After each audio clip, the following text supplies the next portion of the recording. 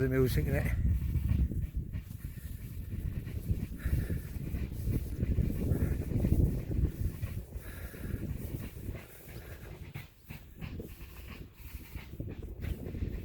You march like this now. You'll be like this. Hands.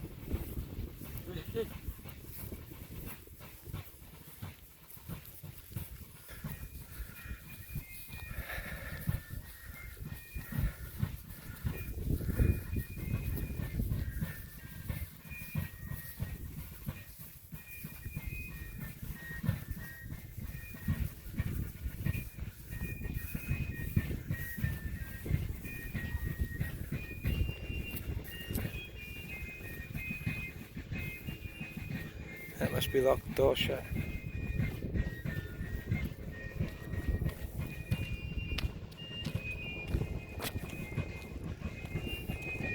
Have you done that one?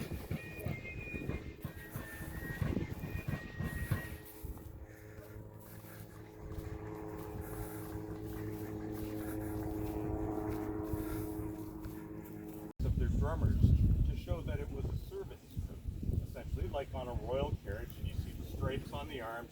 These are all signs of being a servant or wearing the livery of the colonel of the regiment.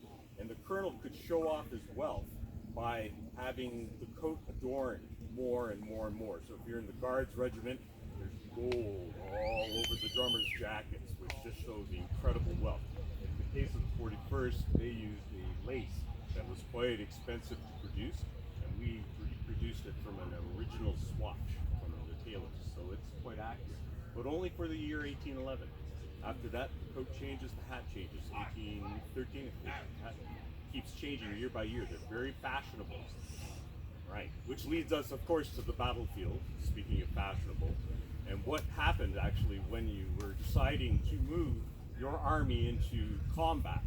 And the British Army was always careful to make sure that everybody knew just how big they were when they were moving. And the way they did that was with their fifes and drums. If the column was moving down the road, they placed all of the fifes and drums to the front. And the idea was that you could tell the size of the regiment behind by the size of the field music being placed together. They're not a chord, they're just field music.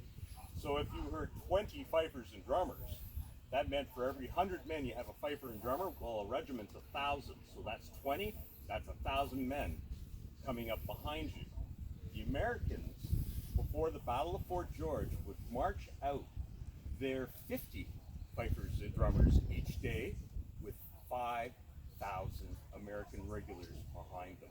Nice and slow in regular time to the first checkpoint, and then turned around slowly and waved as they were going by, saying, "We'll see you soon." Right? It was an excellent way to intimidate your opponent.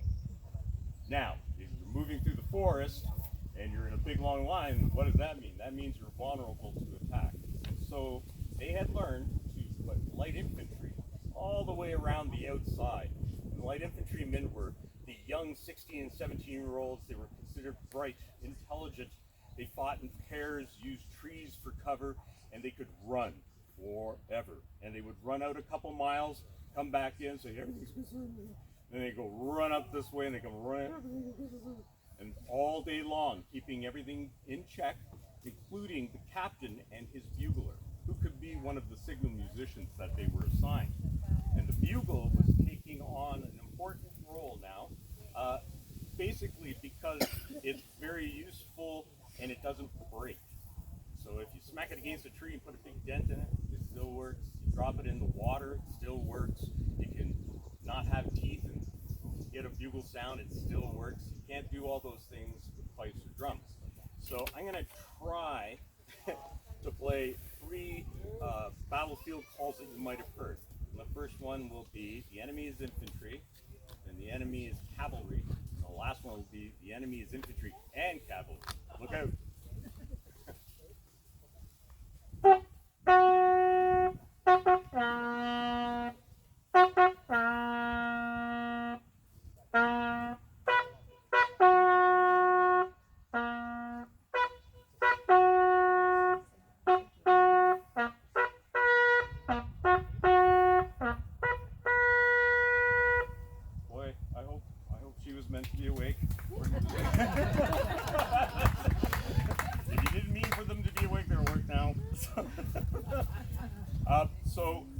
calls would then be played back. So the whole thing would be that as your columns are getting ready to attack, when they hear that bugle call, everybody stops, right? Because you don't know if that's your bugle. Is it the enemy bugle? Is that somebody sounding a bugle in the forest to try to throw you off? And so replying to him as drum major, I'd send the call back out again. They go, ah, good, okay. They could send enemies coming to the right, enemies coming to the left. You could have things like yes, no, or question marks sent back and forth as well. And the regiment would then turn from a column into that big, long, thin red line of British troops, 2 ranks deep, 500 men. Fifes and drums placed in behind with the colors in the center, the drum major, and the colonel. So as I hear the colonel setting things, I can send the calls out. But the only calls that they really had to worry about was the prepare to fire and cease fire, which I'll have the drum sergeant beat now for you.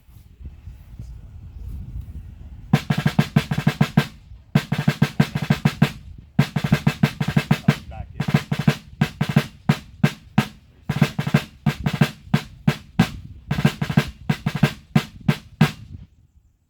Very good. So, oh yeah. Ceasefire is a good one. So that it's basically an on-off switch. That's all they were using before, because once the soldiers fired their first smoke, wounded, and the drums would sling their drums, get to the wounded as fast as they could to get them water. That was the thing they were dying for at that moment. They might also help fill cartridges in the cartridge boxes or run messages for the officers. In a worst case scenario though, they are carrying swords and they are not decorative. They are in fact considered close combat swords, short swords or hangers that were used for when you were within reaching distance of your opponent and you could draw them in. So it was something a drummer didn't want to have to use, because if your drummers are getting overwhelmed like that, that meant you were in a lot of trouble, and they would defend those drums to the death. That was considered part of their duty. And they'd be defended by color sergeants, who were usually your big, huge guys in the line that were there to just grab drummers and use them as shields, kind of thing. Very good. So we're going to finish off our concert. And those flags are the regimental flags. Yeah. So there are over 100 regiments in the British Empire. Each one has its own distinguishable color. And you see, of course, the King's color, which looks like the British flag today, is marking everyone because the regiments belong to the crown. Hello, bonjour. Welcome to the officers' quarters. But that was the average. You're looking at your 22-year-olds mostly here, and getting their first footing into the military. Any of the senior officers who typically had more than enough money that they can rent their own lodging out in the town. Keep giving the story.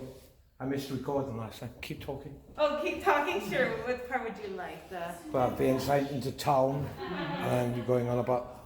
Oh, of course. Right, so they're first put into the military. So they would start off as an ensign, and that's why you see this, the flags, the colors on the wall. So your first position is to bear those flags. Then you move up to lieutenant and then captain.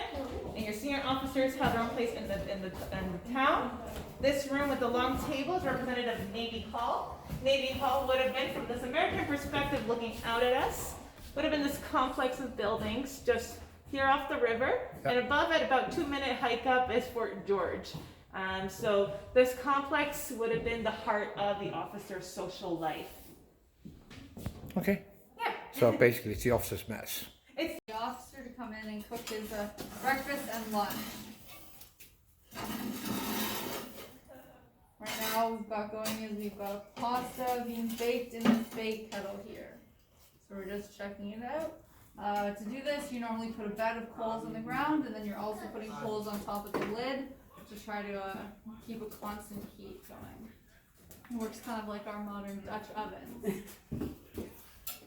Hello everyone, welcome to the officer's kitchen. This is where an officer would have either his servant or someone he hired from town in to cook his breakfast and his lunch to be served to him in his sitting room.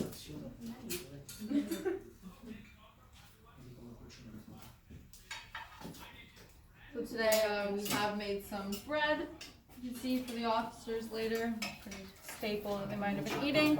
The bread would have been made in the back. We have an oven there. It kind of looks like today's pizza oven. So that's where you're cooking breads, cakes, maybe pies, especially if you're doing bigger batches of things.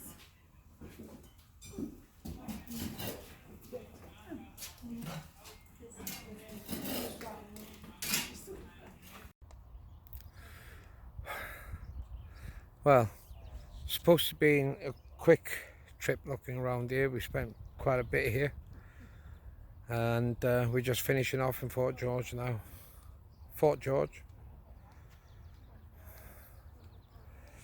So making our way back to the shop. Hopefully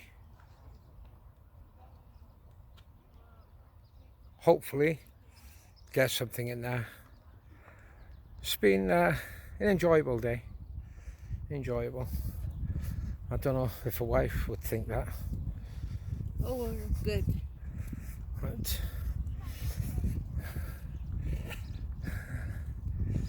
so we're done now. We're done. We're making our way back to the car. Naval Court coat, 12. Basically, the Americans had a lot of like blue dye, but what happens is that the British had most blue dye in the war at the time, and in the war the British aren't going to give the Americans blue dye. Yeah. So the coats eventually had to go more grayer and grayer until it kind of looked black, and they ran out of a lot of supplies. Like the cuffs and collars kind of all disappeared. Like the red went away too, and the coats were very like, bland near the end of the war. So are you Canadian? Like me personally? Yeah. Yeah, I'm personally Canadian. Yeah. So what's he like wearing an American uniform? I like it. Okay, thank you, mate.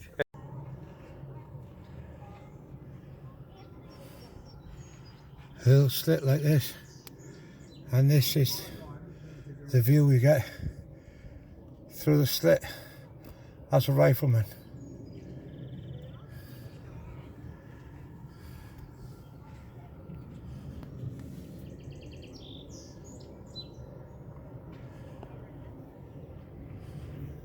Probably one of the best ones. Can you Published in Ontario's first ever cookbook. start that again? Yeah, no problem. So this is just the officer's kitchen. Yeah. So they would have actually paid for everything in this room and paid rent on it themselves. Which would have been a lot nicer. The soldiers would have been cooking on fire pits that they dug out close down to the water. So these spaces, they were able to make nice meals. They would have a lot of tools like the cast iron, possibly the Dutch oven there. You're seeing a lot of cast iron being used. And then we also cook using the reflector oven right up there on the butcher's block. Yeah. And we bake the shortbread cookies on that reflector oven daily on the open fire. So this is from Ontario's first ever cookbook in 1831. So you guys are welcome to try some of that as well.